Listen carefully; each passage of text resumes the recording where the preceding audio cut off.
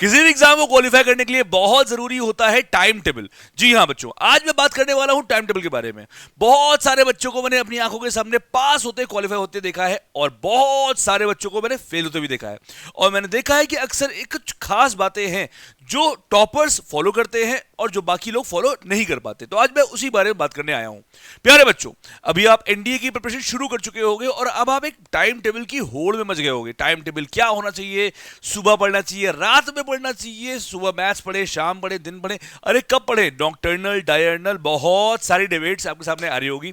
और हो सकता है कि आपने अब तक कई सारे टाइम टेबल बनाकर 2 दिन के बाद फाड़ भी दिए हों और नए बना दिए हों। ऐसा सिचुएशन हर एस्पिरेंट की लाइफ में होता है।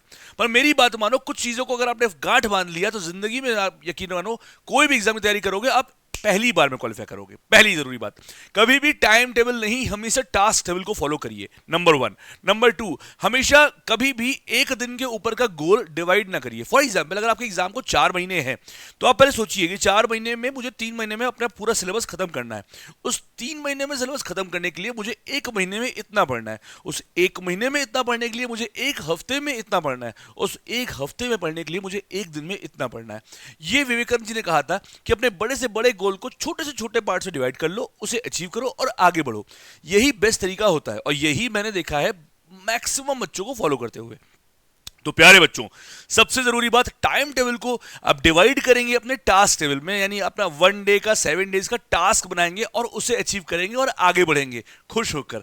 यही चीज करनी है। सबसे जरूरी बात, एक अच्छी सी डायरी बनाइए जहां आप रोज सोने से पहले लिखिए कि कल क्या क्या चीजें आप करेंगे और अगले दिन सोने के से पहले आप वहां टिक करिए कि हाँ, आपने कल जो टास्क डिसाइड किया था अपने लिए वो आपने कर लिया है। सबसे जरूरी बात। नंबर 2, हमेशा याद रखिए पढ़ाई के दौरान जब भी आप कोई चीज पढ़ें उसे लिख लिख कर पढ़ें और जब पढ़ें तो सिर्फ पढ़ाई करें। तीसरी जरूरी बात, कभी भी 40 मिनट के ऊपर लगातार पढ़ाई ना करें। यह रिसर्च में देखा गया है कि बहुत सारे बच्चे लगातार 2 घंटे 3 घंटे बैठे रहते हैं, बट फ्रैंकली स्पीकिंग 40 मिनट के ऊपर आपका कंसंट्रेशन नहीं लगेगा। तो हमेशा ब्रेक्स पे पढ़िए। मेरा पर्सनल सजेशन ये रहता है एनडीए के स्टूडेंट्स को कि 40 + 5 मिनट के ब्रेक पे अगर आप पढ़ाई करेंगे तो बहुत अच्छी पढ़ाई होगी। जब भी आप पढ़ाई करने के बाद पढ़ाई से उठिए, उसके 5 मिनट पहले रुक जाइए और जरा एक छोटा सा पन्ना लीजिए और जो भी आपने 40 मिनट पढ़ाई किया है उसे जल्दी से रफली एक छोटे से कागज में लिख लीजिए। इससे क्या होगा, this is called memory retention. ये बहुत अच्छा रोल प्ले करता है। फॉर एग्जांपल, अगर मान लीजिए मैंने आज क्वाड्रेटिक इक्वेशन या कॉम्प्लेक्स नंबर कोई 2-3 चीज पढ़ी, उसमें मैंने 15 फॉर्मूले पढ़े, तो मान लीजिए 2 घंटे मैंने लगा दिए ब्रेक ले लेके उसको अच्छे से कंप्लीट किया। अब मेरा काम क्या है, मुझे उसे उठने से पहले I just take 5 to 10 minutes, एक छोटा सा पन्ना लूंगा, जितने भी मैंने फॉर्मूले पढ़े हैं उसे एक बार लिख लूंगा। इससे क्या होगा, वो छप जाएगा दिमाग में और फिर हम ब्रेक ले सकते हैं।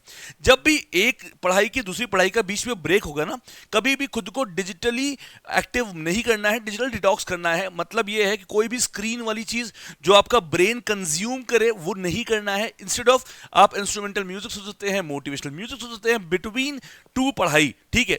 तीसरी जरूरी बात यह है कि आप अपने साथ अपने आसपास सिर्फ वो किताबें, वो चीजें रखें जो आपको जरूरत हो। जैसे मैंने देखा है, जो बच्चे लिमिटेड रिसोर्सेज को मैक्सिमम टाइम पढ़ते हैं, सिलेक्शन उन्हीं का होता है, ना कि मैक्सिमम रिसोर्सेज को मिनिमम टाइम पढ़ते हैं।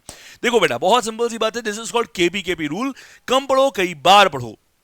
जिस बच्चे के पास भी ना, मैं बोलता हूँ 20, 30, 40 बुक्स हैं, निश्चित तौर पे वो फेल होने वाला है, क्योंकि इतनी किताबों की जरूरत होती नहीं है।